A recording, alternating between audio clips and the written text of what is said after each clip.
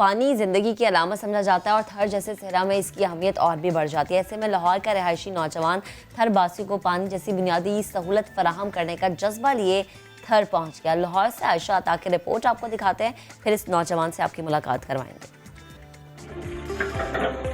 تھر کے ریگستان میں پانی کی فراوانی فرحان کا مشن ہے, جنہوں نے اپنے مقصد کے لیے دن رات ایک کیا, مالی وسائل جمع کیے اور خود جا کر سارے پانی کی نگرانی کی. بورنگ کرا کر ہینڈ پمپ لگانا اور پھر اسے مقامی افراد کے حوالے کر دینا ان کا طریقہ کار ہے. وہ پیشے کے اعتبار سے یوں تو بینکر ہیں, مگر سماجی خدمات میں بھی پیش رہتی ہیں. بنیادی مقصد تھا کہ تھر پارکر کے لوگوں کو صاف پانی کی فراہمی کی جائے. اس کے لیے میں نے وہاں پر کنویں کھودنا شروع کیے, وہاں پر ہم لوگوں نے ہینڈ پمپ انسٹال کرنا شروع کیے اور الحمدللہ ان 8 سالوں میں 250 سے زیادہ ہم لوگ پروجیکٹس کمپلیٹ کر چکے ہیں. خدمت خلق کی سرگرمیوں پر ان کی والدہ بھی بیٹے کا حوصلہ بڑھاتی ہیں. اسکول کے زمانے سے ہی ایسا تھا, تو یہ بڑے ہو کے بھی یہ اسی لائن پہ چلتا رہا, تو اب ماشاءاللہ بہت بڑے یہ اعزاز لے رہا ہے اور میڈل لے رہا ہے. مجھے بہت فخر ہے اس پہ. فلاحی سرگرمیوں پر بہت سی عالمی تنظیمیں فرحان کو ایوارڈ سے نواز چکی ہیں. کوسی پیس ایوارڈ کو ایشیا کا نوبل پرائز بھی کہا جاتا ہے, جس کا حصول فرحان ولایت کی سماجی خدمات کا منہ بولتا ثبوت ہے. کیمرامین محمد ذیشان کے ساتھ عائشہ عطا, سما, لاہور. بہترین زبردست کام, اور پانی کسی کو پلا دینا تو ویسے ہی بہت بڑی نیکی ہے. یہ بہترین کام کرنے والے فرحان ولایت بٹ آج ہمارے ساتھ لاہور اسٹوڈیوز میں موجود ہے, وہاں سے انہوں نے ہمیں جوائن کیا ہے.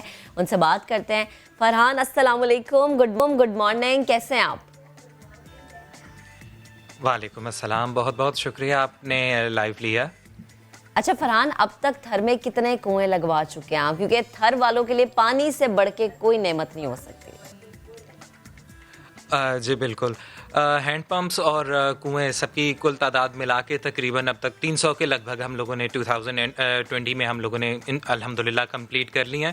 تھر پارکر کی 5 الگ الگ تحصیلوں میں ہم پروجیکٹس لگاتے ہیں, کلوئی میں, مٹھی میں, چھاچروں میں, اسلام کوٹ میں, ڈپلو میں, الگ الگ تحصیلوں کے الگ الگ دیہات میں اب تک لگ بھگ 300 کے قریب مکمل کر چکے ہیں. فرحان, آپ تھر کے کسی ایسے دور دراز علاقے میں پہنچے جہاں سڑک بھی نہ جاتی ہو, جہاں پہنچنا مشکل ہو, جہاں پہلے کوئی نہ پہنچا ہو, کوئی تنظیم, کوئی ادارہ, کوئی شخص نہ پہنچا ہو؟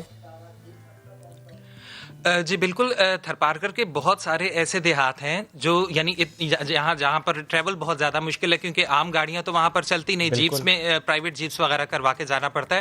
ایسے بے شمار دیہات ہیں جہاں پر اب تک حکومتی نمائندے یا بہت ساری جو NGOs ہیں یا اور دوسری ویلفیئر کی تنظیمیں ہیں وہ ابھی تک نہیں پہنچی. اور ایسے بھی علاقے ہیں جہاں پر لوگ ڈیلی بیسس پہ 5-5 میل کا سفر طے کرتے ہیں گندے جوڑوں سے اور تالابوں سے پانی وغیرہ لانے کے لیے, اور اسے کنزیوم کرتے ہیں, بیمار بھی ہوتے ہیں, ڈائریا میں بھی مبتلا ہوتے ہیں.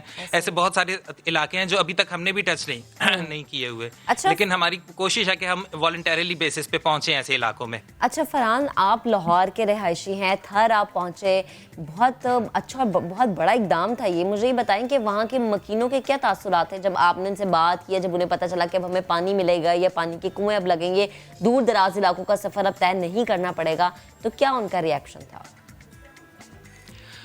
آپ یقین مانیے ان کے تاثرات جو ہے نا ان کو الفاظ میں بیان نہیں کیا جا سکتا, کیونکہ وہ ایسے طبقے سے تعلق رکھتے ہیں اور ایسی دنیا میں رہنے والے وہ لوگ ہیں پتھر کے زمانے میں کہ جو واقعی ان چیزوں کی قدر دل سے کرتے ہیں جو ان کے پاس نہیں ہوتی, اور واقعی جب تک ہمارے پاس کوئی چیز ہوتی ہے ہم اس کو فار گرانٹیڈ لیتے ہیں, ان کے پاس نہیں ہے ایک اتنی بڑی نعمت اللہ تعالیٰ کی, ان کے دلوں میں اور زیادہ قدر ہوتی ہے اس چیز کی. جب ہم وہاں پر کوئی پروجیکٹ وغیرہ لگاتے ہیں, انتہائی غربت کا عالم ہونے کے باوجود کوئی شخص جو ہے وہ اپنی بکریوں کا دودھ پیالوں میں بھر بھر کے لے آتا ہے ہمارے لیے کہ جی یہ ہماری طرف سے آپ تو فتن پئیں. کوئی اپنی مرغیاں جو ہیں وہ بھون کر کوئی آپ کے آگے لا کے چن دے گا کہ بھئی آپ ہمارے ساتھ بیٹھ کر کھانا کھائیں. یعنی انتہائی غربت کا عالم ہوتے ہوئے بھی ان کی مہمان نوازی میں کسی قسم کی کمی آتی ہے, اور جتنا وہ شکر گزاری اور احسان مندی کا مظاہرہ کر رہے ہوتے ہیں صرف پانی جیسی نعمت ملنے کے کہ 2 گھونٹ پانی کے بدلے میں, وہ ان کے تاثرات کو الفاظ میں بیان کرنا یقین مانیے بہت مشکل اچھا ہے. فرحان، طریقہ کار کیا ہوتا ہے؟ کسی جگہ سے متعلق کیسے معلوم ہوتا ہے کہ مجھے اس علاقے میں پہنچنا ہے کہ وہاں کنواں نہیں ہے، یا آپ رینڈملی جاتے ہیں، آپ ٹریول کرتے ہیں and you get to know کہ یہاں پر ایشو ہے، اور پھر کیا ہوتا ہے؟ آپ کسی ادارے سے رابطہ کرتے ہیں کہ مجھے یہاں کنواں کھدوانا ہے، اور پھر جو کنواں کھودا جاتا ہے یہ کتنے عرصے تک وہ پانی فراہم کرتا ہے؟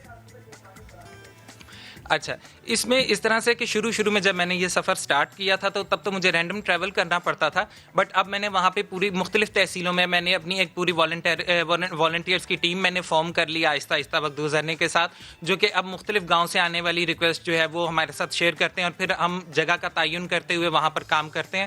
جگہ کی بھی اس طرح سے نشاندہی کی جاتی ہے کہ وہاں کے لوگوں سے پوچھا جاتا ہے کہ جب عام طور پہ بارش ہوتی ہے تو پانی کون سے نشیبی علاقوں میں سٹور ہوتا ہے، ان نشیبی جگہوں پر جب ہم بورنگ وغیرہ کرتے ہیں وہاں سے پانی نکل آتا ہے.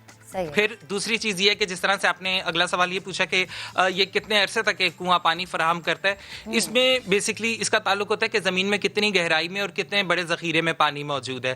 اور دوسری چیز یہ کہ کنویں بھی ایک طرح کا نہیں ہوتا، کنویں دو الگ الگ طرح سے بنتے ہیں. اگر آپ سیمنٹ کا کنواں بنوائیں گے اس کی لائف تھوڑی کم ہوتی ہے، وہ تقریباً آپ کو پانی دے سکتا ہے 7 سے 8 سال تک. اگر اینٹوں کا کنواں بنوایا جاتا ہے وہ زیادہ عرصہ چلتا ہے، وہ 25 سے 30 سال بھی پانی فراہم کر سکتا ہے. اچھا، تو فرحان آپ کے ساتھ اور بھی لوگ موجود تھے جنہوں نے اس خدمت خلق میں آپ کا ہاتھ تھاما ہو، آگے آپ کو بڑھنے کی مزید ہمت دی ہو؟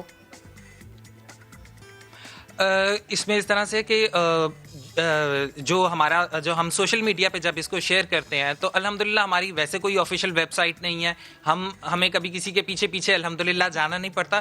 ہم اس کو جسٹ سوشل میڈیا پہ اپلوڈ کرتے ہیں. اور آپ کو اندازہ ہے ہی کہ جو ہمارے ساؤتھ ایشین ریجن ہے یہاں پر لوگ بہت ہی درد دل رکھنے والے لوگ ہوتے ہیں، اپنے والدین کے لیے سال ثواب اور صدقہ جاریہ وغیرہ لگانا پسند کرتے ہیں، اور پانی تو ویسے بھی صدقہ جاریہ کی سب سے بڑی مثال ہوتا ہے. تو لوگ اپنے والدین کے سال ثواب کے لیے ہمارے ساتھ چیریٹیز وغیرہ اپنی شیئر کرتے ہیں کہ ہمارے والد کے نام کا ہینڈ پمپ وغیرہ لگوا دیں. بالکل ٹھیک Farhan, thank you very much.